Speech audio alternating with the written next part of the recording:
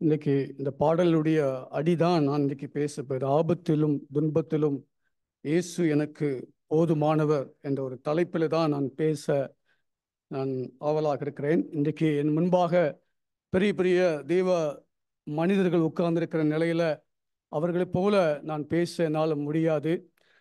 எனக்கு நான் தியானித்த என்னுடைய பகுதி 2 மாதங்களுக்கு முன்பாக என் வேத பகுதியிலே நான் தியானித்து கொண்டிருந்த ஒரு வார்த்தை நான் பேச வேண்டும் என்று கேட்டுக் கொள்ளப்படும் போது, ஆண்டவரே நான் என்ன பேசணும் அப்படின்னு நான் நினைக்கும் போது அந்த வார்த்தை என் உள்ளத்திலே வந்ததினால் நான் உங்களோடு அதை பகிர்ந்து கொள்ள என்னுடைய மொழியில நான் ஆசைப்படுகிறேன். சரியான வார்த்தைகள் நான் சரியாக ப்ரொனன்சியேஷன் பண்ணாவிட்டாலும் என்னை மன்னித்து கொள்ளும்படியாக நான் கேட்டுக்கொள்கிறேன். முதலாவது, இந்த செய்தியை ஆரம்பிப்பதற்கு முன்பாக ஒரு கேள்வியோடு உங்களோடு நான் தொடங்க ஆசைப்படுகிறேன். யாரெல்லாம் ஒரு பாடுகளே எனக்கு இல்லை, எனக்கு நான் வந்து இந்த பாடுகள் மத்தியிலேயே இந்த இவ்வளவு காலங்கள் எனக்கு எந்த விதமான டெம்டேஷனும் இல்லை, ட்ரையல்ஸ் இல்லை என்று சொல்லுகிறவர்கள் மாத்திரம் கைகளை தூக்கலாம். நான் இந்த மௌனம், எல்லாருமே இந்த பாடுகள் மத்தியிலே நம்ம கடந்து போகிறோம் என்பதில் எந்த விதமான சந்தேகமும் இல்லை. அதனால்தான் நான் இந்த செய்திக்கு ஒரு தலைப்பை வைக்கணும் அப்படின்னு நான் யோசிக்கும் போது, விசுவாசிகள் எதிர்கொள்ளும் சோதனைகளும் சவால்களும். விசுவாசிகள் எதிர்கொள்ளும் சோதனைகளும் சவால்களும். இந்த தலைப்புல நான் யோசித்துக் கொண்டிருக்கும் போது, அந்த பகுதியை நான் படிக்கும்போது, அநேக சோதனைக்குள் நம்ம கடந்து போகிறோம். அநேகமான வேதனைக்குள் கடந்து போகும்போது த வாய்ஸ் அவுட், நம்முடைய உள்ளத்துல அடக்க முடியாத வார்த்தைகள், சில வேதம் மாந்தர்கள் தங்களை வெளிப்படுத்தின சில வார்த்தைகள் உங்களோடு வைத்து, அதுக்கும் என் வாழ்க்கைக்கும் ஏதாவது சம்பந்தம் இருக்குதா என்பதை நீங்களும் ஆண்டவரும் அதை நீங்கள் உங்க கையில நான் விட்டு விடுறேன். முதலாவது, நான் ஒரு பகுதியை நான் எடுத்து வாசிக்க வேதாகமத்தில் படிக்க ஆசைப்படுகிறேன். நியாயாதிபதிகள், உங்களுடைய வேதாகமத்தில் நியாயாதிபதிகள் புஸ்தகத்தை திருப்பினால் 6:13 அங்கு ஒரு சத்தம் கேட்கப்படுது. ஒரு வாலிபனுடைய சத்தம், ஒரு வாலிபனுடைய சத்தம் கேட்கப்படுது. அதுதான் நான் படிக்க போறேன். அவரை நோக்கி 6:13, அவரை நோக்கி, என் ஆண்டவனே, கர்த்தர் எங்களோடு இருந்தால், கர்த்தர் எங்களோடு இருந்தால் இவையெல்லாம் எங்களுக்கு ஏன் நேரிடுவேனேன்? ஒன்று. ரெண்டாவது, கர்த்தர் எங்களை எகிப்திலிருந்து கொண்டு வரவில்லையா என்று எங்கள் பிதாக்கள் எங்களுக்கு விவரித்து சொன்ன அவருடைய அற்புதங்கள் எல்லாம் எங்கே? 2. மூன்றாவது, ஒரே வசனம் தான், நான் பிரிச்சுக்க. மூன்றாவது வசனம் சொல்லுது, இப்பொழுது கர்த்தர் எங்களை கைவிட்டு மீதியானர் கையில எங்களை ஒப்பு கொடுத்தாரே என்றார். மீதியானர் கையிலே ஒப்பு கொடுத்தாரே என்றார். கர்த்தர் எங்களோடு ஏன் இந்த வாய்ஸ் அவுட்? ஏன் இந்த காரணம்? அவன் மனதிலிருந்து பொங்கின வார்த்தைகள். இது சாதாரணமான வார்த்தை அல்ல. இதுக்கு பின்னாக ஏதோ ஒரு கஷ்டம் அவனுக்குள்ள அது அடங்கி இருக்கிறது. அதுக்குள்ள அது வெளிப்படுத்துகிற வார்த்தையினால வெளிப்படுத்துகிற விதத்தை தான் நம்ம படிக்கிறோம். இந்த நியாயாதிபதிகள் புஸ்தகத்தை நம்ம கொஞ்சம் புரிஞ்சு பார்த்தோன்னா, ஒரு இருண்ட ஒரு இடம் இல்லையா? இருண்ட இஸ்ரவேல் மக்களுக்கு ஒரு இருண்ட சரித்திரம் என்று சொல்லலாம். பாடுகள் நிறைந்த சரித்திரம், தோல்விகள் நிறைந்த சரித்திரம். இதுக்கு முன்பாக நீங்க பார்த்தீங்கன்னா, மிகப்பெரிய லீடர்ஸ், மோசே மிகப்பெரிய லீடர், தங்களை அந்த யோசுவா கையில ஒப்படைக்கிறாரு. ஜோஷுவா தான் மக்களை நடத்துறாரு. நிறைய வெற்றி வாய்ப்புகள், அநேக வெற்றி வாய்ப்புகள். ஆனா ஜோஷுவாக்கு அப்புறம் நியாயாதிபதிகள்ல அவர்களுக்கு ஆண்டவருடைய பிள்ளைகளை நடத்தி செல்வதற்கு ஆட்கள் இல்லாத ஒரு சூழ்நிலை, பயங்கரமான பாடுகளுக்கு போன்ற சூழ்நிலை. அப்படி நீங்க அந்த நியாயாதி புஸ்தகத்தை கொஞ்சம் நீங்க புரிஞ்சீங்கன்னா, ஒரு 4 காரியங்களை நான் கற்றுக்கொண்டேன். என்னன்னா, அவங்கள மெயினான ஒரு ஃபெயிலியர்ஸ், ஒரு தோல்வி என்னன்னா, கீழ்ப்படியாண்மை தன்மை, டிஸ்ஒபீடியன்ஸ். அதுதான் மெயினானது இருந்துச்சு. நியாயாதிபதி புஸ்தகத்தை நீங்க படிச்சீங்கன்னா, அவங்க கீழ்ப்படியாத ஒரு காரணத்தினால அந்த ஆண்டவருடைய தண்டனைக்கு அவங்க உட்பட்டு இருந்தாங்க. 2வது, விக்கிர ஆராதனைகள். தங்களுடைய வாழ்க்கையில ஆண்டவர் தனக்குன்னு சொந்தமாய் தேர்ந்தெடுத்த பிள்ளைகள், அவருக்கு எனக்கு தான் வேணும், என்ன ஆராதிக்கணும் என்று சொல்லும் போது, ஆனா அந்த மக்கள் விக்கிரகத்துக்கு பின்பாக சொன்ன காட்சிகளை நம்ம படிக்க முடியும். மூன்றாவது இன்டர் மேரேஜ், கலப்பு திருமணம். நீ பண்ணக்கூடாது அப்படி என்று சொன்ன கட்டளையை மீறி தங்களுடைய பிள்ளைகளை இன்டர் மேரேஜ் பண்ணாங்க, கலப்பு திருமணம் பண்ணாங்க. ஆண்டவருக்கு பிடிக்காத ஒரு காரணம். அதுக்கப்புறம் அவங்க நியாயாதிபதிகள் 2:17 படிக்கும்போது வார்த்தைகளை அவங்க கேட்க மனதில்லாதவர்களாக இருந்தாங்க. அதுக்கப்புறம் 5வது நீங்க பார்க்கும்போது அவங்க நியாயாதிபதிகள், ஒரு நியாயாதிபதிகள் எழும்புவாங்க, அதுக்கப்புறம் கொஞ்ச நேரம் அவங்க ரூல் பண்ணுவாங்க, அவங்க முடிஞ்சதுக்கு அப்புறம் தங்களுக்கு தான் வழி விலகிடுவாங்க, அவங்க சொன்ன காரியத்துல மறந்து போயிடுவாங்க. இதுதான் இஸ்ரவேல் மக்களுடைய பெரும் வீழ்ச்சிக்கு ஆண்டவருக்கும் அந்த மக்களுக்கும் ஒரு பெரிய இடைவேளை ஏற்பட்டுச்சு. ஆனா இதுதான் இந்த 6ஆம் அதிகாரத்துல ஆண்டவர் ஒரு நியாயாதிபதியை எழுப்ப வேண்டும் என்று போகிற ஒரு சம்பவம் தான் இங்க எழுதப்பட்டிருக்கிறது. அந்த சம்பவத்தினுடைய வழிதான் அந்த மனிதன் கிதியோனுடைய வாழ்க்கையில எழும்பினதை நாம படிச்சோம். ஆண்டவரே, நாங்க இப்ப படுகிற பாடுகள், ஒரு மீதியானவருடைய கையில நாங்க படுறோமே, இது சாதாரணம் அல்ல, எங்களால் முடியல, ஆண்டவர் எங்களோடு இருக்கிறாரா, எங்கள்கிட்ட இருக்கிறாரா அப்படின்ற ஒரு கேள்வி அவன் மனசுல பதியறதை நாம பார்க்கிறோம். எனக்கு பிரியமானவர்களே, அநேக தரம் நம்மளுடைய கேள்வி சில நேரங்கள்ல இப்படி இருக்கிறது அல்லவா? சில பாடுகள் மத்தியில நம்ம அழுத்தப்படும் போது, நம்ம சப்ரஸ் பண்ணும்போது, ஆண்டவரே நீங்க இருக்கிறீங்களா இல்லையா, நீங்க எங்க இருக்கிறீங்க ஒரு கேள்வி வரும்போது, அதுக்கப்புறம் நெக்ஸ்ட் வருது, என்னுடைய பிதாக்கள் முற்பிதாக்கள் சொன்ன வார்த்தைகள், நீ எகிப்து தேசத்துல எப்பேற்பட்ட தெய்வம் என்பதை நாங்க படிச்சிருக்கோம். படிக்க மட்டுமில்ல, எங்களுடைய முதியோர்கள் எங்களுக்கு விவரித்து சொல்லியிருக்காங்க, எக்ஸ்பிளைன் டீட்டெயிலா எங்களுக்கு சொல்லியிருக்காங்க. நீ யார், செங்கடல 2ஆக நீங்க பிளந்திருக்கீங்க நாங்க கேட்டிருக்கோம். 10 வாதிகள், ரத்தம், பேன்கள், கல்மலைகள், எத்தனையோ வாதிகளை நீங்க படிச்சிருக்கிறோம். எங்கள் எதிரிகள் பின்னாடி திரும்பி வரும்போது எங்களுடைய பிதாக்களுக்கு கண்களுக்கு முன்பாக எங்களுடைய எதிரிகள் கடலுக்கு நடுவாக அவள் தாழ்ந்து போனார்கள் எங்களுக்கு விவரித்து சொல்லியிருக்காங்க. எங்க நம்பிக்கை இல்லையா? கரெக்டான கேள்விதான் கேட்டிருக்காரு. நான் படிச்சேன், ஏன் இதோடைய பின்னணி நம்ம அவர் புரிஞ்சாரா அப்படின்னு எனக்கு கேள்விப்பட்டுச்சு. அந்த கேள்வி நீங்க நியாயாதிபதிகள் 1:6ஆம் அதிகாரம் 1ஆம் வசனத்தப்படியா படிக்கிறோம். நியாயாதிபதிகள் 1:6:1, இஸ்ரவேல் புத்திரர் கர்த்தரின் பார்வைக்கு பொல்லாப்பானதை செய்தார்கள், அப்பொழுது கர்த்தர் அவர்களே எத்தனை வருஷம், 7 வருஷம் மீதியானின் கையில் ஒப்பு கொடுத்தார். என்ன பியூட்டிஃபுல்லா ஆண்டவர் சொல்றாரு. நான் சும்மா கொடுக்கல, ஆண்டவருக்கு டைம் பாஸ் இல்லாதனால தான் மக்களை கொஞ்சம் அப்படியே கஷ்டப்படுறதுக்கு அவங்க அனுமதிக்கல, சொன்னபடி கேட்கல, கட்டளைகளை கீழ்ப்படில, ஆண்டவருக்கு உடன்படிக்கையான பிள்ளைகளை அவர் நேர்த்தியாக நடத்த வேண்டும் என்ற உள்ளம் இருந்துச்சு. அவங்க கேட்காத காரணத்தினால் 7 வருஷம் அவருடைய கையில ஒப்பு கொடுத்துட்டாரு. அந்த அந்த ஒப்பு கொடுப்பது ஏன் இந்த வார்த்தையுடைய காரணம்னா, நீங்க நியாயாதிபதிகள் அப்படியே திருப்பினீங்கன்னா அவங்களுடைய 2வது வசனம், இஸ்ரவேல் புத்திரர் மீதியானின் நிமித்தம் எப்படி பாடுபட்டாங்களாமா, தங்களுக்கு மலைகளிலும் குகைகளிலும் கெபிகளிலும் அரணான ஸ்தலங்களை அடைக்கலம் கொள், பரதேசிங்களா போனாங்க.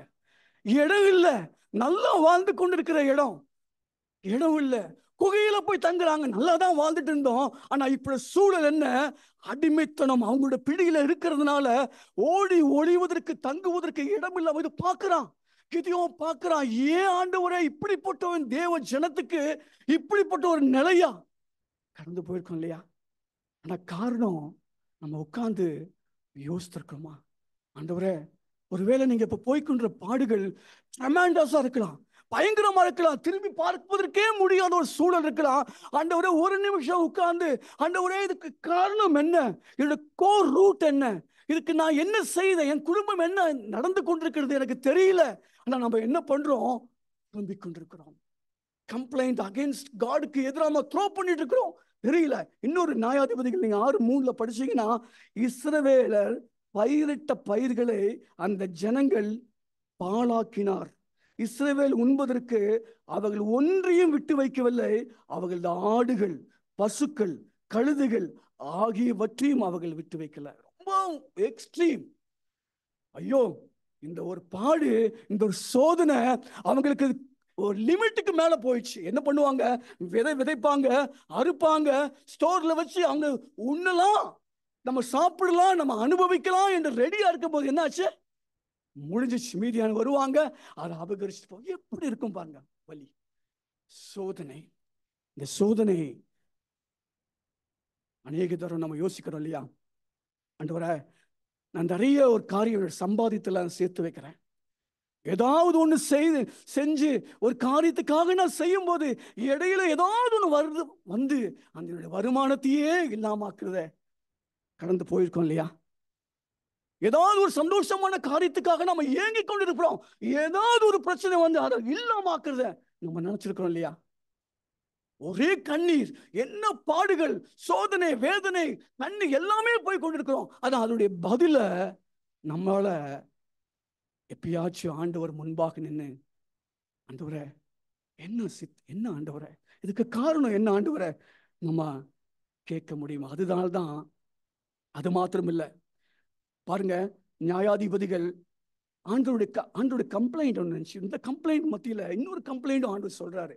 நீங்க நியாயாதிபதிகளை திருப்பும் போது 6:10 நான் உங்கள் தேவனாகிய கர்த்தர் என்றும், பாருங்க ரொம்ப அழுத்தமா சொல்றாரு, நான் உங்கள் தேவனாகிய கர்த்தர் என்றும் நீங்கள் குடியிருக்கும் அவர்கள் தேசத்தில் எமோரியருடைய தேவர்களுக்கு பயப்படாதீங்கள் என்றும் உங்களுக்கு சொன்னப்பா. ஆனா நீங்களோ என் சொல்லை கேளாது போனீர்கள் என்றாய். குற்றச்சாட்டு. ஆண்டவர் ஓகே, கிதியோன் சொன்ன குற்றச்சாட்டு ஓகே, ஆனா மிகப்பெரிய குற்றச்சாட்டம் 1ஆம் வசனத்திலையும் சொல்லிட்டாரு. இப்போ 10வது வசனத்திலையும் நான் பயப்படாத சொன்னேன், மற்ற தேவர்களுக்கு நீங்க வணங்காதீங்கன்னு சொன்னேன், ஆனா நீங்க கேளாம போனீங்க. அதனாலதான் இந்த 7 வருஷம் ஒரு கையில நீங்கள் இப்பேற்பட்ட இதுக்குள்ள போறீங்க. இது கிதியோன் எப்படி அவர் புரிஞ்சு கொண்டார் என்று எனக்கு தெரியல. அது மாத்திரமில்ல, கிதியோனோட நிலையை நீங்க பாருங்களேன். கிதியோன் நியாயாதிபதிகள் 6:11 நீங்க படிக்கும்போது, கிதியோன் கோதுமையை மீதியானரின் கைக்கு தப்பு வைப்பதற்காக, இவன் ரொம்ப புத்திசாலி. ஐயோ, நான் கஷ்டப்பட்டு வெயில்ல விளைச்சல் பண்ணி எல்லாம் செஞ்சு நான் செஞ்சதுக்கு பயிரிட்டுட்டேன், எனக்கு கையில கிடைச்சிச்சு, இதை நான் எங்க போனோம்? நான் வெளியில நான் அந்த வேலையை செஞ்சேன்னா அவங்க வந்து உடனே பிடுங்கிட்டு போயிடுவாங்க. எங்க போய் பண்றாரு? மறைவான இடத்துல. எங்க அந்த இடம்? திராட்சை ஆலையில் கிதியோன் கோதுமையை அடித்து கொண்டிருந்த, அங்கேயே அடிக்கணும், திராட்சை செய்யற இடத்துலயே அடிக்கணும். இதுதான் அவனுக்கு பொறுக்கல. அதுதான் அந்த கேள்வி அவனுக்கு வருது, ஆண்டவரே நீ எங்களோடு இருந்தா இது எதுக்கு வராரு? கிதியோனை பார்ப்பதற்கு, என் மக்களை மீட்பதற்காக நீ தேவை என்று சொல்ல வரும்போதுதான் அவனுடைய குமுறல் தான் இந்த பதில். கண்டிப்பா சொல்லலாம் இல்லையா? அவனுடைய பதில் கரெக்டு தானே? அவன் கேட்கிற கேள்வி கரெக்டு தானே இல்லையா? இன்னைக்கு அநேக நேரங்களில் இந்த சூழலில் நம்ம போய்கொண்டிருக்கிறோமானால், ஆண்டவர் சில சோதனைகள், சில வேதனைகள், சில பாடுகள் மத்தியில் நம்ம நடக்க செய்யக்கூடுமானால், ஆண்டவர் சமூகத்தில், ஆண்டவரே எனக்கும் உமக்கும் என்னப்பா என்ற ஒரு கேள்வியோட எபிரேயர் நிருபர் அழகாக ஒரு வார்த்தையை அழுத்த சொல்லுகிறார். 12:6வது வசனம் யாராவது படிக்க கூடுமானால் படிக்கலாம். எபிரேயர் 12:6.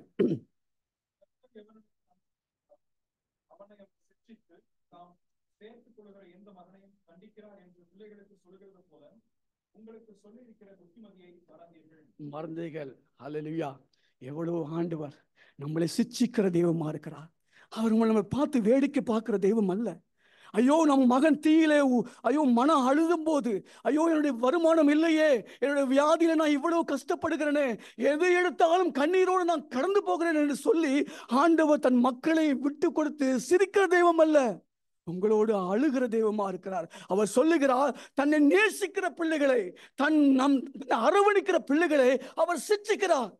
இன்னைக்கு அநேக தரம் என்ன பண்றோம்? நம்மளோட பிள்ளைகளை சிச்சிக்க முடியுதா? இன்னைக்கு சிச்சிக்கிறோமா? இன்னைக்கு சிச்சிக்க முடியல இல்லையா? பேரண்ட்ஸ் நமக்கு சிச்சிச்சா, அவங்களுக்கு தண்டிச்சா என்ன பண்ணுறது? ஹெல்ப்லைன் அவங்களுக்கு இருக்குது.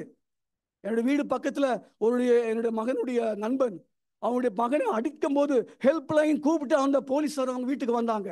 நிலை மாறிச்சு. ஸ்கூல்ல தண்டிக்க முடியுமா? முடியாது. அதனுடைய விளைவு என்ன இப்ப தெரியாது.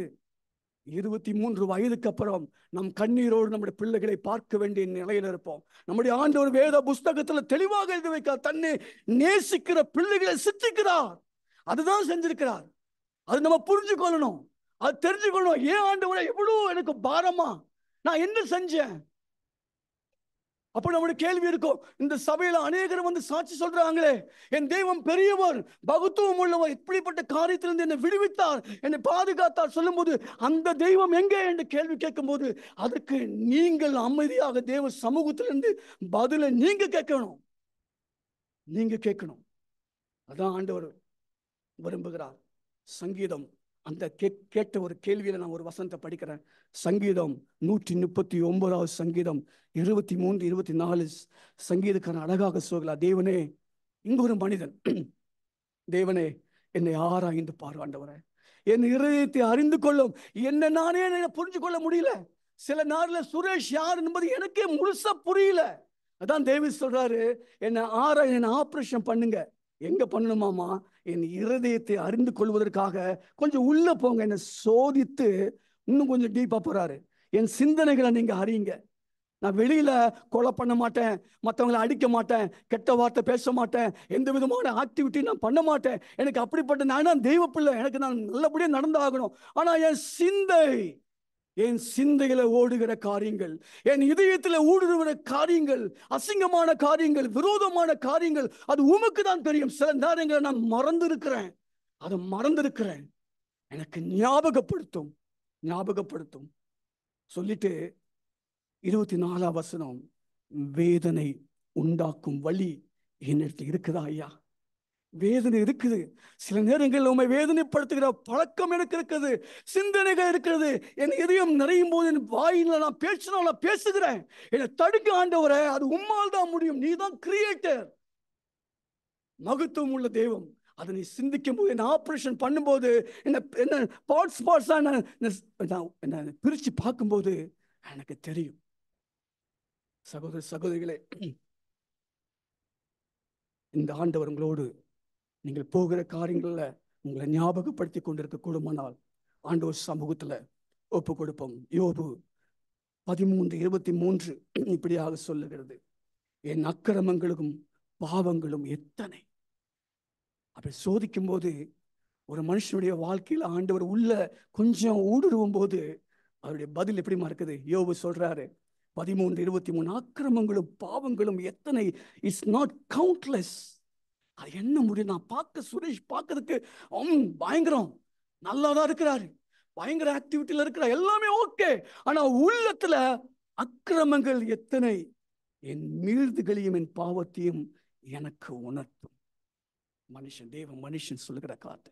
ஒருவேளை இது உங்கள் தேவன் உங்கள் வாழ்க்கையில உணர்த்து கூடுமானால் சரி செய்யுங்கள். ஒருவேளை சில காரியங்கள், நம்முடைய ஆண்டவர் அனுமதிக்கிற காரியங்கள் நம்முடைய வாழ்க்கையில சில சில மீறுதல்கள் நிமித்தம் நம்மளை உணர்த்துகிறார் என்பதை நான் இதன் மூலமாக கற்றுக்கொண்டேன். ரெண்டாவது பகுதி, ரெண்டாவது பாயிண்ட் நான் போறேன்.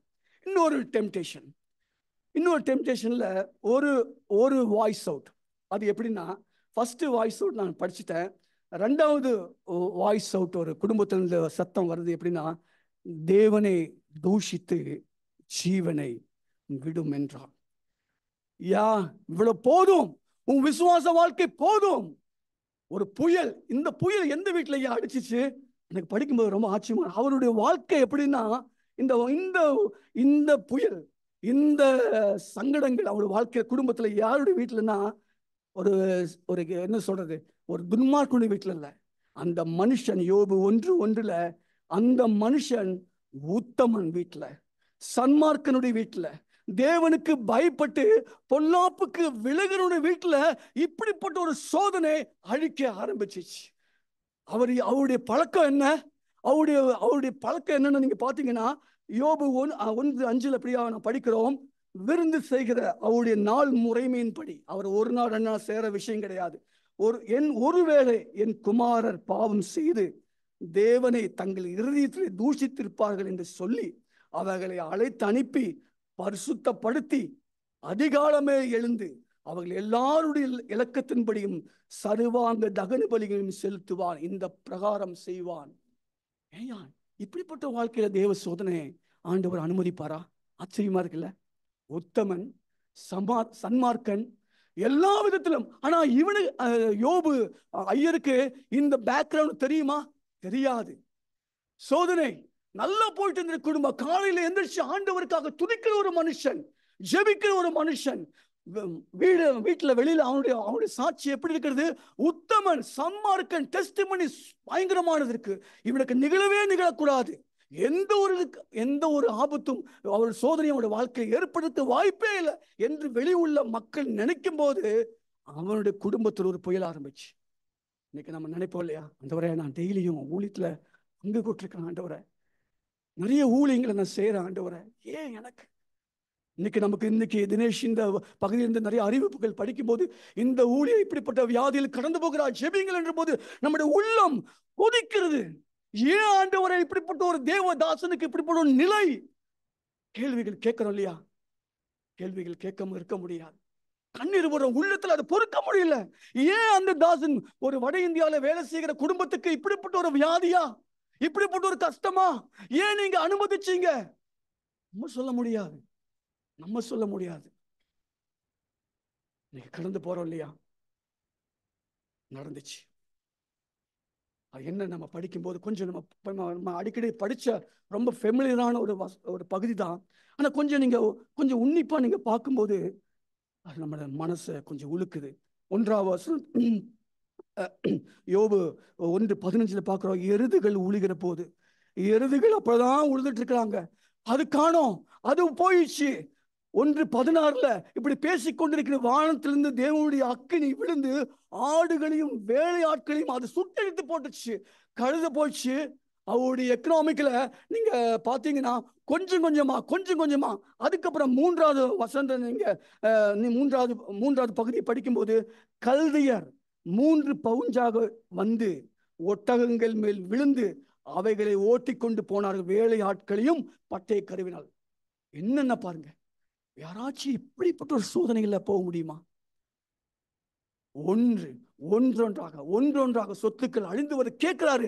அவர் முடிச்சு கொஞ்சம் ரெஸ்ட் எடுக்கலாம் அப்படி இருக்கும்போது நெக்ஸ்ட் ஒரு இடி. ஐயோ பரவாயில்ல, அதை எப்படியாவது நம்ம சமாளிச்சிடலாம் அப்படியெல்லாம் யோசிச்சு இது பார்த்துக்கலாம் அப்புறம் பார்த்துக்கலாம் கொஞ்சம் அமைதியா இருக்கும்போது இன்னொரு செய்தி, இடி மேல இடி. தெய்வ பிள்ளைகளே, இன்றைக்கு நம்ம இப்படிப்பட்ட ஒரு சூழல்ல நம்ம கடந்து போகும்போது நீங்க பயப்படாதீங்க. ஆண்டவர் உங்களை பொன்னாக மாற்றுவதற்கு, உங்களை யார் என்று புடமுடிப்பு இடுவதற்காக அவங்களை அனுமதிக்கிறார். Don't worry. நீங்கள் சர்வ அதிகாரியுடைய தேவனுடைய கையில் இருக்கிறீங்க. வானத்தையும் பூமியும் படைச்ச தேவனுடைய கையில நீங்க இருக்கிற என்பதில் நீங்க மறந்து போயிடக்கூடாது. எவ்வளவு ஒரு சோகம், எவ்வளவு ஒரு கண்ணீர். அது மாத்திரமல்ல, முக்கியமானது யோபு 1:19 சொல்றாரு, வனாந்திர வழியாய் பெருங்காற்று வந்ததுப்பா, அந்த வீட்டின் 4 மூலையும் தப்பிக்கவே முடியாது, அடிக்க அது பிள்ளைகள் மேல் விழுந்ததினால் அவர்கள் இறந்து போனால். எக்ஸ்ட்ரீம். உங்க பிள்ளைங்களை நீங்க இழக்க முடியுமா? இறந்தா நீங்க ஆண்டவருக்கு ஸ்தோத்திரம் சொல்ல முடியுமா? வாய்ப்பு இருக்குதா? சேலஞ்ச் ஆண்டவர் உங்களோடு பண்ணுனா அதுக்கு நீங்க ரெடியா? 30 வருஷம் 40 வருஷம் ஆண்டவரே எங்க விசுவாச வாழ்க்கையில நம்ம கடந்து போறோமே, ஆண்டவர் உங்க வாழ்க்கையில ஏதாவது ஒரு காரணம் அனுமதிக்க கூடுமானால் you are ready to face பண்ணுவதற்கு நீங்க ரெடியா? படிக்கும்போது நான் வெட்கத்தோடு சொன்ன, ஆண்டவரே ஒரு சின்ன விஷயம் கூட எங்களுக்கு நீங்க கொடுக்கும்போது, என்னுடைய அலுவலகத்திலேயோ ஆபீஸ்லயோ என்னுடைய சபையிலேயோ மற்ற இடங்களில் நாங்கள் சந்திக்கும் போது மனம் நொழுகிறோம் அப்பா, நொந்து போறோம். சில நேரங்களில் நாங்கள் ஜெபிக்க முடியாம பைபிளை மூடி வைக்கிறோம். போதும் ஆண்டவரே என்று சொல்றோம். எங்களுக்கு வீட்டுக்கு ஜெபம் வேண்டாம் என்று நாங்க போறோம். ஒரு சில காரியங்களை தாக்கும் போது நாங்கள் சபைக்கு வருவதில் சபை மேல கோபம் படுகிறோம். மன்னிங்க ஐயா, இந்த மனிதன் எங்களை போன்ற மனிதன் தானே, எங்களை போன்ற ஒரு எல்லா உணர்வுடைய மனிதன் தானே, இவனுக்கு எப்படி இருந்துச்சு? இவருக்கு இருக்கக்கூடுமானால் எனக்கும் உடைய பற்றுதல் வேணுமே. ஏன்னா நீங்க எங்களுக்காக நீங்க மரிச்சிருக்கீங்களே, அந்த கல்வாரி சிலுவையில் எங்களுக்காக உயிர் தியாகம் பண்ணிருக்கீங்களே, நாங்க இவரை விட நீங்க அதிகமாக அன்பு கூறணுமே. நினைச்சு ஆண்டவர்கிட்ட அறிக்கையிட்டேன். அது மாத்திரமில்ல, தோஸ்ட் கண்டிஷன், ஒரு நல்ல போட்டு சூட்டு போட்டு வாழ்ந்த ஒரு ஆள், கார்ல போன ஒரு ஆள் இல்லையா, எப்படியோ தன் மனைவியை தன் புருஷனை பார்த்திருப்பார். யோபு 2:7-8 அதிகாரத்துல படிக்கிறோம். சாத்தான் சந்தை விட்டு புறப்பட்டு யோபின் உள்ளங்கால் தொடங்கி அவன் உச்சந்தலை முட்டி கொடிய பற்களால் அவனை வாதித்தான். அவன் ஒரு ஓட்டை எடுத்து தன் தன் தன்னை சுரண்டி கொண்டு சாம்பலில் உட்கார்ந்தான். இது எந்த மனைவியும் பார்க்க முடியாது. தன் புருஷன் எங்கேயோ இருந்த ஒரு ஆளை சொறி பிடிச்சு நாற்றம் எடுத்து ஒரு சிரட்டையை எடுத்துக்கொண்டு தன் சுரண்டுகிற காட்சியை பார்க்க முடியாது. அந்த இடத்துல தான் அந்த வாய்ஸ் அவுட் வருது, பொங்கி வருது. அவளால் முடியல. யோ, ஜீவனை விடையா, தேவனை தூஷித்து ஜீவனை விடு. அதுக்கு பதில் என்ன? சொல்றாரு? ஓடி. அந்த வார்த்தை ஏன் தெய்வ ஆவியானவர் எழுதி வச்சு நம்ம சொன்ன வந்தால் பெரிய தப்பா இருக்கும். ஆனா பரிசுத்த ஆவியானவரே எழுதி வச்சுட்டாரு. பைத்தியக்காரி. இன்னைக்கு அநேக தரம் நம்ம பாடுகள் மத்தியில நம்முடைய விசுவாச குடும்பங்கள், ஒருவர் வளர்ந்துடுவாரு விசுவாசத்துல, ஒருவர் ஆவிக்குரிய நிலையில ஒரு மேல் நிலையில இருப்பாரு. அருமையானவர்களே, ஒருவேளை நம்முடைய குடும்பத்தில் யாராவது விசுவாச குறைவா இருக்குமோனால் அவர்கள் போவதற்கு இது மிகப்பெரிய ஒரு சான்று. அவங்க எப்படிப்பட்ட விசுவாசத்தை வளர்ந்தாங்க நமக்கு இன்னைக்கு நமக்கு ஆராய்வதற்கு நேரம் இல்லை.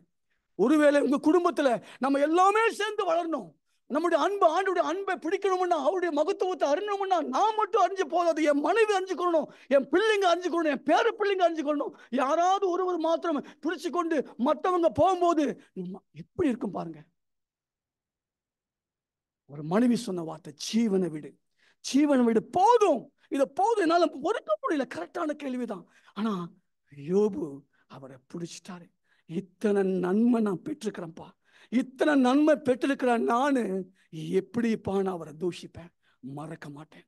பரவாயில்ல, அந்த சோதனையை தாங்கிக் கொள்வதற்கு எனக்கு ஆண்டவர் பலம் கொடுப்பார் என்று தன்னுடைய வாழ்க்கையை முன்னோர்த்தி சொல்கிறார்.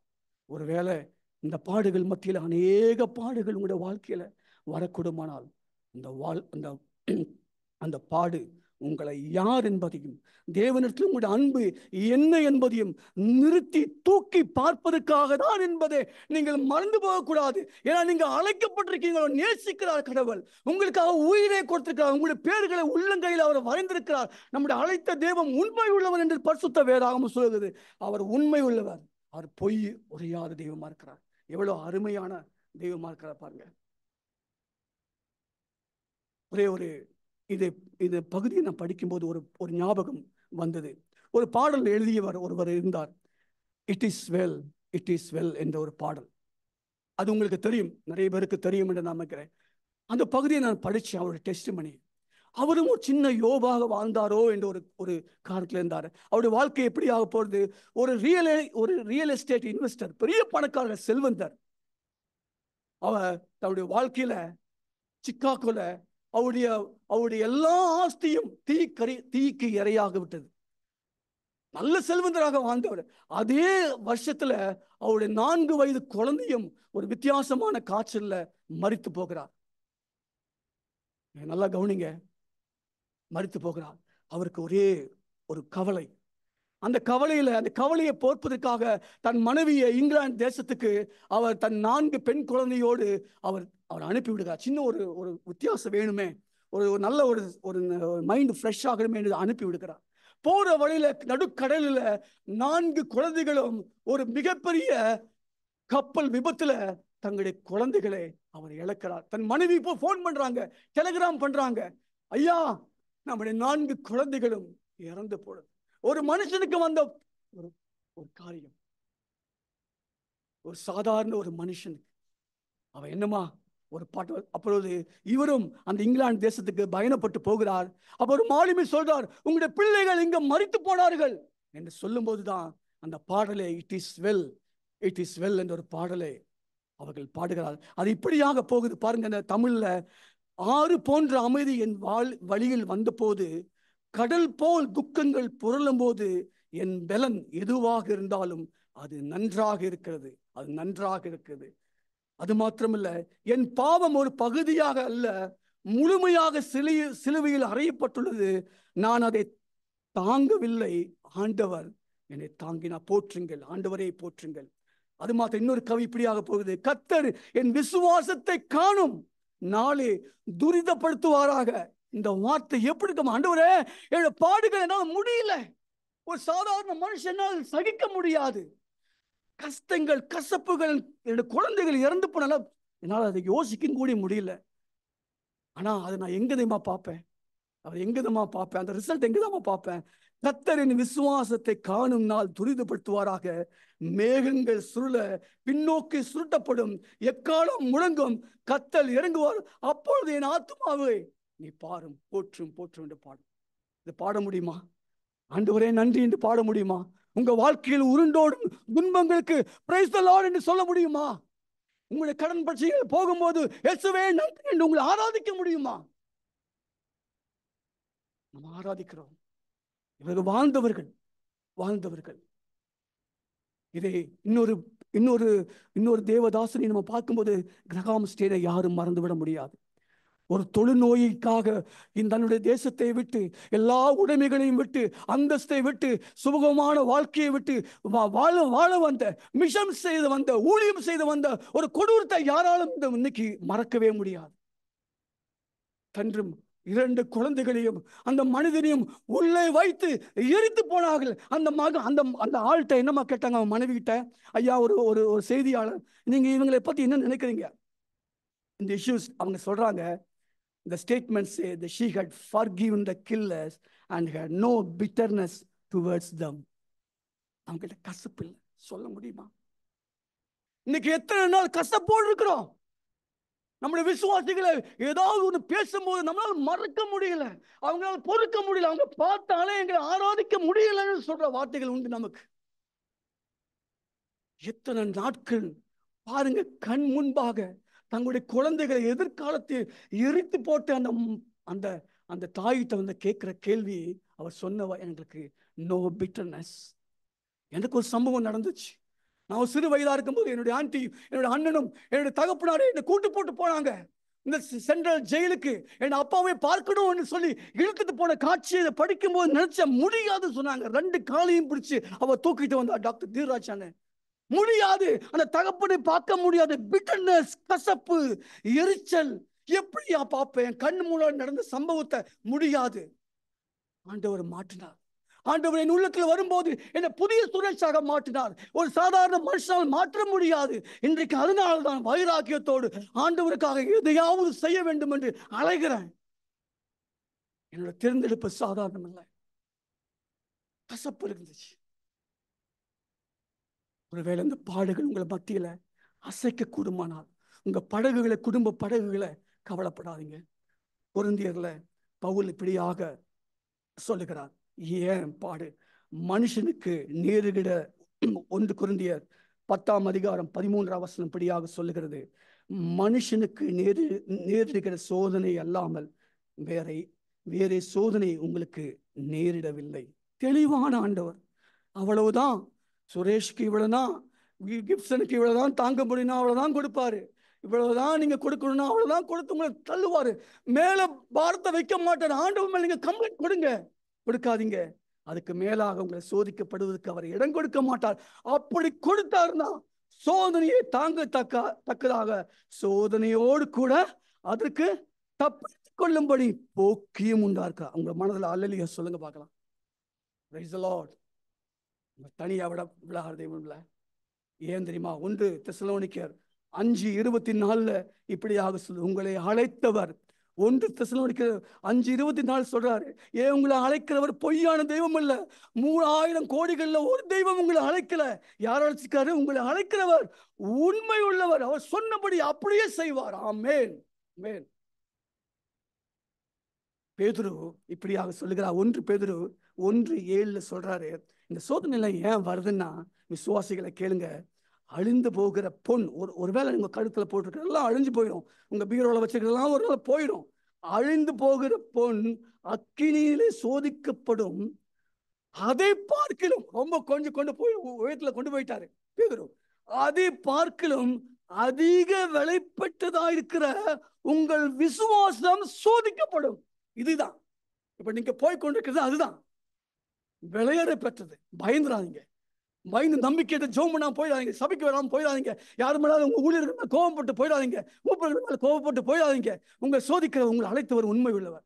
உங்களை விசுவாசத்தை சோதிக்கிறாருங்க. கொஞ்சம் டெஸ்ட் பண்றாரு. அவ்வளவுதான், அவ்வளவுதான். இயேசுக்கு அது எப்போ நமக்கு ரிசல்ட் தெரியுமா?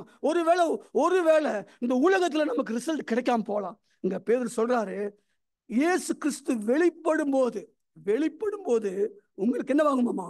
புகழ்ச்சியும் கனமும் மகிமையும் உண்டாகும்படி அது காணப்படும். எவ்வளவு நல்ல தெய்வம் பிரதர்ஸ். நீங்க போகிற கஷ்டங்களுக்கு, ஆண்டவரே, கேள்விக்கு ஆன்சர் அவர் வரும்போது உங்களுக்கு தருவார். இது அவர் அழைச்சவர். நான் சொல்லல, என்னோட வார்த்தையில சொல்லல, பரிசுத்த வேதாகமத்துல அழுத்தமா சொல்லப்பட்டிருக்கிறது. யோபு 23:10 இப்படியாக சொல்லுகிறது. யாக்கோபு 1:12 இப்படியாவது சொல்லுகிறது. இன்னும் கொஞ்சம் அழுது சொல்றாரு யாக்கோபு, சோதனையை சகிக்கிற மனுஷன். அப்பா, இதை சொல்ல முடியும், ஒத்துக்கொள்ள முடியுமா? இன்னைக்கு உலகத்துல போய் இதை சொன்னீங்கன்னா என்ன பண்ணுவாங்க? அவ்வளவுதான். சோதனை சகிக்கிற மனுஷன் பாக்கியவான். அவர் இன்னொன்னு கொஞ்சம் சொல்றாரு, அவன் உத்தமன் என்று விளங்கின பின்பு கர்த்தர் தம்மிடத்தில் அன்பு கூறுவதற்கு வாக்குத்தத்தம் பண்ணின ஜீவ கிரீடத்தை பெற்றுக் கொள்வான். ஒரு டெஸ்ட் இருக்குது, எக்ஸாம்ஸ் இருக்குது, எல்லா இடத்துலயும் இருக்குது எக்ஸாம்ஸ். நீங்க ஒரு படிக்க ப்ரமோஷன் போகணும், எக்ஸாம் ஆஃபீஸ்ல நீங்க பெர்ஃபார்மன்ஸ் பண்ணி ஆகணும். ஒரு 10th நீங்க ஈஸியா 11th 12th போக முடியாது. 12th எழுதி நீங்க டக்குனு ஒரு காலேஜ்ல போய் சேர முடியாது. ரிசல்ட்டுக்காக நீங்க காத்திருக்கணும். அதுதான் நடக்குது. பயந்துராதீங்க, சோர்ந்துராதீங்க, ஆண்டவர் மேல கோபப்பட்டுறாதீங்க. நான் கற்றுக்கொண்டேன் 2வது அந்த சோதனை. நம்முடைய வாழ்க்கையில இப்படிப்பட்ட சோதனை தான் நம்முடைய ஆண்டவர் விசுவாச வாழ்க்கையில நம்மளை உறுதிப்படுத்த. 3வது, சீக்கிரமாக முடிச்சுக்கிறேன். 3வது சம்பவம் தன் நேசித்த ஒரு குடும்பத்துல நடந்த ஒரு சம்பவம். முதல் நம்ம பார்த்தது, ஆண்டவர் நமக்கு வருகிற சோதனைகள், நமக்கும் ஆண்டவருக்கும் இடையில ஏதாவது ஆண்டவரே பாவங்கள் இருக்கிறதா என்று பார்த்தோம். 2வது, நம்முடைய குடும்பத்துல நமக்கு ஒண்ணுமே தெரியாத தேவ பிள்ளைகளுடைய வாழ்க்கையில அடிக்கிற சோதனைகள். ஆண்டவர் நம்முடைய வாழ்க்கையை சிறப்படுத்த சோதிப்பதற்காக, நம்மளை பொன்னென்று விளங்குவதற்காக சில காரியங்களை அனுமதிக்கிறார். 3வது ஒரு காரியம் பார்க்கும்போது, ஒரு வீட்டில இருந்து ஒரு வாய்ஸ் அவுட் வருது. யோவான் 11:1-14 படிக்கும்போது, படிக்க நேரம் இல்லை, அங்க ஒரு வாய்ஸ் அவுட் எப்படி வருதுன்னா, நீங்க இங்க இருந்தீரானால் என் சகோதரன் மரிக்க மாட்டான். இவங்க யாரு? ஆண்டவருக்கு பிடித்த குடும்பம். ஆண்டவர் போகும்போதெல்லாம் தங்கி அவங்களை உபசரிக்கிற குடும்பம், பிரியமான குடும்பம். அந்த குடும்பத்துல ஒரு சகோதரன் இறந்து போறதை நம்ம படிக்கக்கூடும்.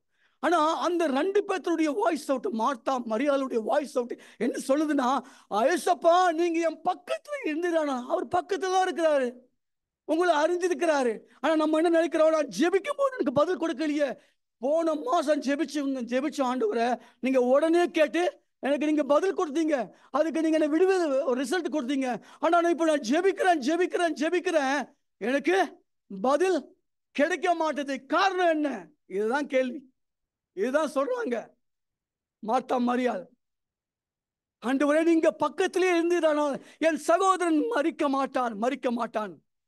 அவரு ஓடி சொல்றாரு, யோவான் 11:3 சொல்றாரு, ஆண்டவரே நீர் சகோதரன் ஆனவன் வியாதியா இருக்கிறார் என்று சொல்ல அவரிடத்தில் ஆள் அனுப்புறாங்க.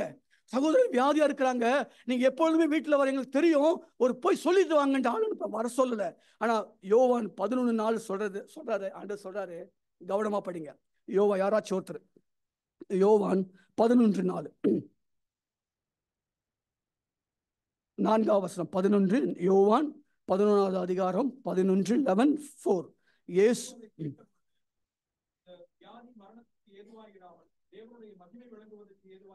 போதும். இது என்னதுக்காகமா? தேவனுடைய மகிமையை வெளிப்படுத்துவதற்கு. ஒரு வேளை ஆண்டவர் உங்களுடைய வாழ்க்கையில அனுமதிக்கிற ஒரு காரியங்கள் நீண்டு கொண்டே போலாம். பயந்துராதீங்க. ஆண்டவர் சொல்றாரு, அவருடைய மகிமை, உங்களுக்குள்ள, உங்க குடும்பத்துக்குள்ள, உங்களுடைய பிள்ளைகள் வாழ்க்கையில, உங்களுடைய யாராவது வாழ்க்கையில அது விலகணும். அது பிரைஸ் பண்ணணும். அதை நினைச்சு, ஆண்டவரே இந்த குடும்பத்துக்காக நன்றி, நீ செய்த நன்மைகளுக்காக நன்றி என்று சொல்வதற்காக தான் சில பாடுகள் வழியா நம்மளை ஆண்டவர் கடந்து போகிறார். அவருக்கு தெரியும், நான் எனக்கு பிடிச்சமான மார்த்தா மரியாளுடைய வீட்டுல இப்படிப்பட்ட காரியம் நடக்குதுன்னு தெரியும். எல்லாம் அறிகிற தெய்வம் தான் நம்முடைய தெய்வம். எல்லாம் பார்க்கிற தெய்வம் நம்முடைய தெய்வம். சிஸ்டர், சோர்ந்து போகிறாதீங்க, சோர்ந்து போயிடுங்க. சில பாடுகள் ஆண்டவருடைய நாமத்தை மகிமைப்படுத்துவதற்காக ஆண்டவர் அனுமதிக்கிறார் என்பதை நீங்கள் மறந்துவிடக்கூடாது. யோவான் 11:6 சொல்லுது, அவன் வியாதியா இருக்கிறதுக்காக அவர் கேள்விப்பட்ட பொழுது தம் இருந்த இடத்திலே பின்னும் என்ன பண்ணாருமா, 2 நாள் தங்கினார். பாருங்க, ஆச்சரியமா இருக்குல்ல. ரொம்ப ரொம்ப முக்கியமான காரியம். எமர்ஜென்சி, ஆம்புலன்ஸ் வந்தே ஆகணும். ஆனா இங்க என்ன பண்ணுவார் நம்முடைய ஆண்டவர்? கூலா இருக்கிறாரு, ரொம்ப கூலா இருக்கிறாரு. நான் படிக்கும்போது ரொம்ப ஆச்சரியப்பட்டேன். நம்ம தான் துருக்கோம், நம்ம தான் ஆண்டவரே ஆண்டவருக்கு தெரியும் சுரேஷுக்கு பாடுகள், சுரேஷ் வீட்டில் என்ன போய் கொண்டிருக்குன்னு தெரியும், அந்த வியாதியுடைய எக்ஸ்பிளனேஷன் தெரியும், அது அகோரம் தெரியும். இது கொஞ்சம் கொஞ்சம் வெடிச்சிச்சுன்னா அது மிகப்பெரிய காரியமாயிரும்னு வேதனை இருக்குது, ஆண்டவருக்கு தெரியும். 3 நாள் திருப்பி 2 நாள் இருக்கிறாரு. வேணுக்கிழமை பண்றாரு இல்லையா? எப்படி இருக்கும் மார்த்தா மரியாளுக்கு? அவ என்னெல்லாம் யோசிச்சிருப்பா. அந்த எப்படி யோசித்தான தேவா வேணும் எழுதி வைக்கல, என்னெல்லாம் ஓடி இருக்கும். இறந்துட்டாரு, 3 கல்லறைகளை வச்சுட்டாரு. எப்போ வராரு ஆண்டவர்? எப்போ வந்து 4 நாள் ஆயிற்று. அன்பான சகோதர சகோதரிகளை, வரும்போது இந்த வசனம் என்ன ரொம்ப ஆறுதல் படுத்துச்சு. 11:4 சொல்லுது, இயேசு வந்த போது, யோவான் 11:17 இப்படியாக சொல்லுகிறது, இயேசு வந்த போது அவன் கல்லறையில் வைக்கப்பட்ட 4 நாளாயிற்றே என்று கண்டா 4 நாற்றம் அடித்து, சந்தர்ப்பமே இல்லை, ஹோப்பே இல்லை, அவ்வளவுதான். அப்படி நீங்க நினைக்கிறீங்களா? எனக்கு ஒண்ணுமே இல்லை ஆண்டவரே, வாய்ப்பே இல்லை நினைக்கிறீங்களா? நினைக்காதீங்க. அதிலும் இல்லாததை இருக்க செய்கிற தெய்வம் நம்மோடு இருக்கிறார். இருக்க செய்கிற தெய்வம் நம்மோடு இருக்கிறார். அது மாத்திரமில்ல, நீங்க அதே 11 யோவான் 11:35 படிக்கும்போது ரொம்ப அட்டகாசமான வசனம், நம்மளை தூக்கி நம்மளை ஆறுதல் படுத்துகிற வசனம். நம்முடைய தெய்வம் பார்த்து கொண்டு சிரித்துக் கொண்டிருக்கிற தெய்வம் அல்ல. இயேசு கண்ணீர் விட்டார். உங்கள் துக்கங்களோடு, உங்களுடைய வேதனைகளோடு நீங்க போகிற பாதையில அவரும் கூட வருகிற தெய்வமா இருக்கிறார். அன்பான சகோதர சகோதரிகளே, அதுதான் இந்த தெய்வம் மேலிருந்து மனிதனாக கீழே வந்து 33 ஆண்டுகள் நம்மை போல பாடு உள்ள மனிதனாக வாழ்ந்த தேவன் தான் இந்த வார்த்தையை சொல்ல முடியும். அல்லேலூயா என்று சொல்லலாம் அவங்க மனசுல. ஆண்டவரே, நீ என்னோடு சேர்ந்து அழுகிற தெய்வமா இருக்கிறீங்க, என்னோடு சேர்ந்து பாடுகளை அனுபவிக்கிற அதை உள்வாங்குற தெய்வமா இருக்கிறீங்க. அந்த குடும்பத்தோடு சேர்ந்து அழுகிற தெய்வம். பயப்படாதீங்க, கலங்காதீங்க, சந்தேகத்தோடு பார்க்காதீங்க. சில கேள்விகள் உங்களை துரிதப்படுத்தும் போது ஆண்டவர் மேல உங்களை கம்ப்ளைண்ட் த்ரோ பண்ணாதீங்க. ஆண்டவர் உங்களை ரொம்ப அதிகமாய் நேசிக்கிறார். அது மாத்திரமில்ல, யோவான் 11:33 படிக்கிறோம், இயேசு அதெல்லாம் பார்க்கும்போது கண்டபோது ஆவியிலே கலக்கம் அடைந்து துயரப்பட ஆரம்பித்தார். அன்பான சகோதர சகோதரிகளை, ஆண்டவர் அவங்க மரியாதை கேட்குறாங்க, ஏன்பா நீங்க எல்லாமே நீ பார்க்குற, நீ எல்லாமே ஃபாலோ பண்ணிட்டு வர, என்னிடத்துல நீ விசுவாசம் வைத்திருக்கிறாயா? இயேசு கல்லை எடுத்து போடுங்கள் என்று சொன்னார். மார்த்தாலும் மரியாளும் சகோதரியை பார்த்து அவரை நோக்கி, ஆண்டவரே, இப்பொழுது நாருமே என் பிரச்சனை நாருமே, என்னோட வியாதி என்னோட விட்டு போயிடுச்சே, ஹோப் இல்லையே, நீங்க சொல்லலாம். ஆனா ஆண்டவர் சொல்லும் போது, இந்த இடத்துல உங்க கல்களை அவரை எடுக்க சொல்லும் போது நீங்க எடுத்து போடுங்க. ஆண்டவர் சமூகத்தில் உங்களுடைய பாரங்களை மரியா அண்ணாலை போல கொட்ட நினைச்சீங்கன்னா புருஷன் கேட்க மாட்டான். புருஷன் உங்களுக்கு 2 மினிட்ஸ் தான் ஆறுதல் சொல்லுவான். உங்களுக்கு கவுன்சிலர் டாக்டர்ஸ் உங்களுக்கு ஒரு மணி நேரத்துக்கு 2000 3000 சார்ஜ் பண்ணுவாங்க. கேட்டு பாருங்க, டாக்டர்ஸ் கவுன்சிலிங் பண்ணுவாங்க. உங்களுக்கு விலை உயர்ந்த உங்களுக்கு அட்வைஸ் பண்றவங்க டிவியில ஒரு ஆன்லைன்ல வரணும்னு சார்ஜ் பண்ணுவாங்க. ஆனா உங்களை நேசிக்கிற தெய்வம், உங்களை படைச்ச தெய்வம், உங்களை பார்க்கிற தெய்வத்திட்ட உங்களை கண்ணீரை விடும்போது உங்க கல்களை பிளந்து கொடுங்க சமூகத்துல. அவர் உங்களுக்கு ஆறுதல் செய்ய வல்லவராக நம்புறீங்களா? அதுதான் கேட்டேன். நீ விசுவாசம் உள்ளவளா இருக்கிறியா? அதான் யோவான் 11:40 சொல்றாரு. இயேசு அவளை நோக்கி, நீ இவ்வளவு என் கூட நீங்க டச் வச்சிருக்கியே, நீ என்ன எனக்கு எல்லா உபகாரம் நீ செய்கிறிய, மாத்தாலே வெரி குட். ஆனா நான் உங்களுக்கு ஒரு கொஸ்டின் கேட்கிறேன். என்ன தெரியுமா? நீ விசுவாசித்தால் தேவனுடைய மகிமையை காண்பாய். நான் இயேசுதான். உனக்கு சாதாரண மனுஷனாக நீ பார்க்கலாம். ஆனா நீ யார் என்பதை புரிந்து கொண்டால் மாத்தா நீங்க பின்னாடி படிக்கும்போது நீ தெரிஞ்சுக்கலாம். புரிஞ்சுக்கீங்களா? 40 வருஷம், 20 வருஷம், 15 வருஷமா ஆண்டவரை நீங்க பின்பற்றிருக்கீங்களே, அப்பத்திலையும் ரசத்திலையும் நீங்க பங்கு கொட்டு வருவீங்களே, நீங்க are you really know you are who you are worshipping? நீங்க யாரை ஆராதிக்கிறீங்க என்பது புரிஞ்சிருக்கீங்களா? நம்முடைய தெய்வம் பெரியவன். நான் உணர்ந்திருக்கிறேன். இந்த பகுதியை நான் படிக்கும்போது அநேகன் உடைக்கப்பட்ட, இது என்னுடைய பகுதியில் என்னுடைய தியான பகுதி ப்ரிப்பேர் பண்ணி வச்சேன். எனக்கு ரொம்ப உற்சாகம். 2 மாதங்களுக்கு முன்பா ரொம்ப சந்தோஷப்பட்ட நாட்கள் இதை நான் படிக்கும்போது ஆறுதல் படுத்தினார்.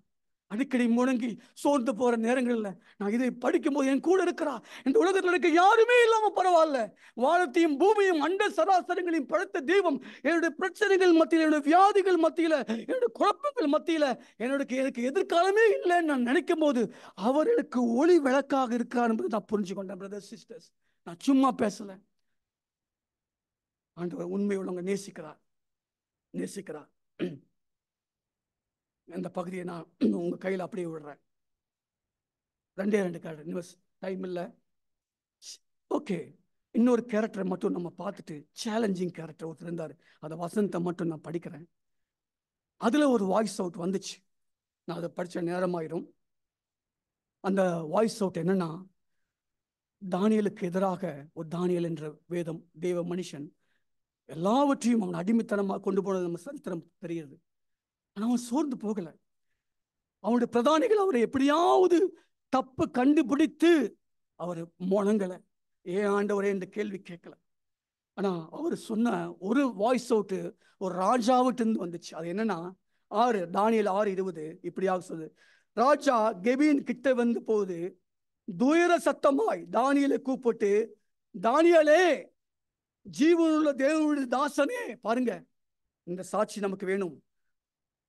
நீ இடைவிடாமல் ஆராதிக்கிற உன் தேவன் உன்னை சிங்கங்களுக்கு தப்புவிக்க வல்லவரா என்று தானியேலை கேட்டான். அன்பான சகோதரர்களை, இதுதான் சேலஞ்ச். நம்முடைய பாடுகள் மத்தியில நம்முடைய அந்நியன், நமக்கு எதிர் வீட்டு இருக்கிறவன், உன் கூட வேலை செய்கிறவன் இந்த வார்த்தை சொல்லணும். நம் முகம் வாடி உட்கார்ந்துட்டு இருக்க கூடாது. அவங்க வந்து நமக்கு ஆறுதல் சொல்லக்கூடாது. அவங்க வந்து நம்மளை தேற்றக்கூடாது. என்னுடைய தெய்வத்தை பற்றி அவருக்கு தெரியும். சிங்கங்களின் வாயில அடைக்கக்கூடிய தெய்வம், அக்கினி நடுவில் உங்கள் கூட உலாவுகிற தெய்வம் உங்களோடு இருக்கிறார்.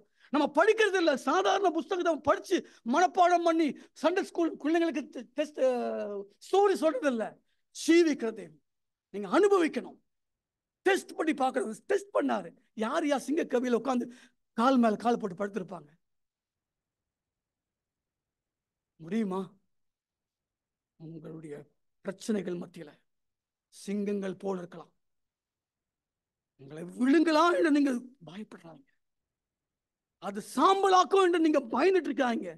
உங்களோட நடுவுல பிரச்சனைகள் மத்தியில நம்முடைய ஏசப்பா நம்மோட கைப்பிடிச்சு நடக்க வல்லவரா இருக்கிறார். நம்புறீங்கன்னா உங்க மனசுல ஆமேன் என்று சொல்லுங்க. ஓகே, கடைசியில நான் வரேன். 3 பார்த்துட்டோம். சேலஞ்சிங். கடைசியாக இது ஏன் நடக்குது? ஆல் திங்ஸ் ஏன் இதெல்லாம் நடக்குது? ஒன்றும் இல்லை. ரோமர் பவுல் அழகாக அழுத்தமா சொல்றாரு. எல்லாம் ஏன் தெரியுமா? காரணம் என்னன்னா, அல்டிமேட் பர்பஸ் டு க்ரோ மோர், அவரை மேலும் மேலும் அவர்கிட்ட வளருவதற்காக நடக்குதுன்னு அழகா ரோமர் 8:28 அன்றியும் ரோமர் 8:28 அப்படி படிக்கிறோம். அன்றியும் அவருடைய தீர்மானத்தின்படி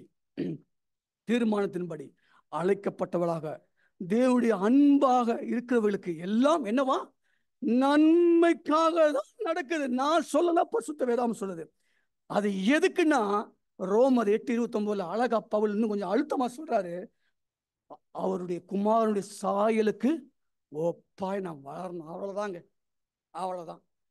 இந்த உலகத்துல நமக்கு ஃபேஸ் பண்ற சேலஞ்ச் பண்ற காரியம் எல்லாம் இதுதான். அவருடைய சாயலுக்கு நம்ம அது மாத்திரம் இல்ல, இன்னொரு வசனத்தை அவர் சொல்றாரு. ரோமர் 5:3 சொல்றாரு, இந்த உபத்திரவம் 5:3 இப்படி சொல்றாரு. அது மாத்திரமல்ல, உபத்திரவம் பொறுமையும், பொறுமை பரீட்சையும், பரீட்சை நம்பிக்கையும் உண்டாவதற்கு நாங்கள் அறிந்து காட்லி கேரக்டர், நம்முடைய சுபாவம் வளரணுங்க.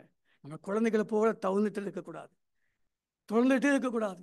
இப்படிப்பட்ட சோதனைகள் வரும்போது தான் இந்த மாந்தர்கள் போல, தேவ மாந்தர்களை போல நாம்பளும் தைரியமாய் இந்த உலகத்துல ஃபேஸ் பண்ணுவதற்கு நம்மோட இருக்கிறவர் பெரியவர். பயந்து சுருங்கி கதவை பூட்டி கண்ணீர் விட்டு அழுது துக்க முகத்தோட நீங்க எதுவுமே பார்க்க கூடாது. வேதம் அப்படிதான் சொல்லுது. இந்த சேலஞ்ச் நான் முடிக்க போறேன். கடைசியில இந்த சம்பந்தத்துல தான் இந்த பகுதி. இப்படிப்பட்ட மனுஷங்களை கூப்பிடதான் கிதியோனை நான் ஃபர்ஸ்ட் படிச்சோம் இல்லையா, அங்க தொடர்றாரு இல்லையா. ஏன் கூப்பிட்டாரு கிதியோனை?